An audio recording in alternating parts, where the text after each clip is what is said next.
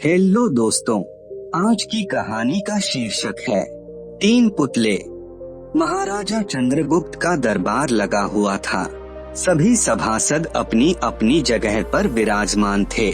महामंत्री चाणक्य दरबार की कार्यवाही कर रहे थे। महाराजा चंद्रगुप्त को खिलौनों का बहुत शौक था। उन्हें हर रोज एक नया खिलौना चाहिए था। आज भी महाराजा के पूछने पर कि क्या नया है, पता चला कि एक सौदागर आया है और कुछ नए खिलौने लाया है। सौदागर का ये दावा है कि महाराज या किसी ने भी आज तक ऐसे खिलौने न कभी देखे हैं और न कभी देखेंगे। सुनकर महाराज ने सौदागर को बुलाने की आज्ञा दी। सौदागर आया और प्रणाम करने के बाद अपनी पिटारी में से 3 पुतले निकालकर महाराज के सामने रख दिए और कहा कि अन्नदाता, ये तीनों पुतले अपने आप में बहुत विशेष हैं। देखने में भले एक जैसे लगते हैं, मगर वास्तव में बहुत निराले हैं।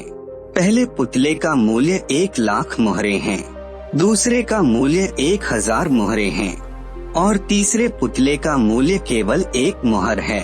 सम्राट ने तीनों पुतलों को बड़े ध्यान से देखा। देखने में कोई अंतर नहीं लगा, फिर मूल्य में इतना अंतर क्यों? इस प्रश्न ने चंद्रगुप्त को बहुत परेशान कर दिया। हार के उसने सभासदों को पुतले दिए और कहा कि इनमें क्या अंतर है, मुझे बताओ। सभासदों ने तीनों पुतलों को घुमा फिराकर सब तरफ से देखा, मगर किसी को भी इस गुत्थी को सुलझाने का जवाब नहीं मिला। चंद्रगुप्त ने जब देखा कि सभी चुप हैं, तो उसने वही प्रश्न अपने गुरु और महामंत्री चाणक्य से पूछा। चाणक्य ने पुतलों को बहुत ध्यान से देखा और दरबान को 3 तिनके लाने की आज्ञा दी। तिनके आने पर चाणक्य ने पहले पुतले के कान में तिनका डाला। सबने देखा कि तिनका सीधा पेट में चला गया। थोड़ी देर बाद पुतले के होंठ हिले और फिर बंद हो गए। अब चाणक्य ने अगला तिनका दूसरे पुतले के कान में डाला। इस बार सबने देखा कि तिनका दूसरे कान से बाहर आ गया और पुतला ज्यों का त्यों रहा। ये देखकर सभी की उत्सुकता बढ़ती जा रही थी कि आगे क्या होगा। अब चाणक्य ने तिनका तीसरे पुतले के कान में डाला। सबने देखा कि तिनका पुतले के मुंह से बाहर आ गया है और पुतले का मुंह एकदम खुल गया। पुतला बराबर हिल रहा है, जैसे कुछ कहना चाहता हूँ। चंद्रगुप्त के पूछने पर कि ये सब क्या है और इन पुतलों का मूल्य अलग अलग क्यों है, चाणक्य ने उत्तर दिया, राजन, चरित्रवान सदा सुनी सुनाई बातों को अपने तक ही रखते हैं और उनकी पुष्टि करने के बाद ही अपना मुंह खोलते हैं। यही उनकी महानता है।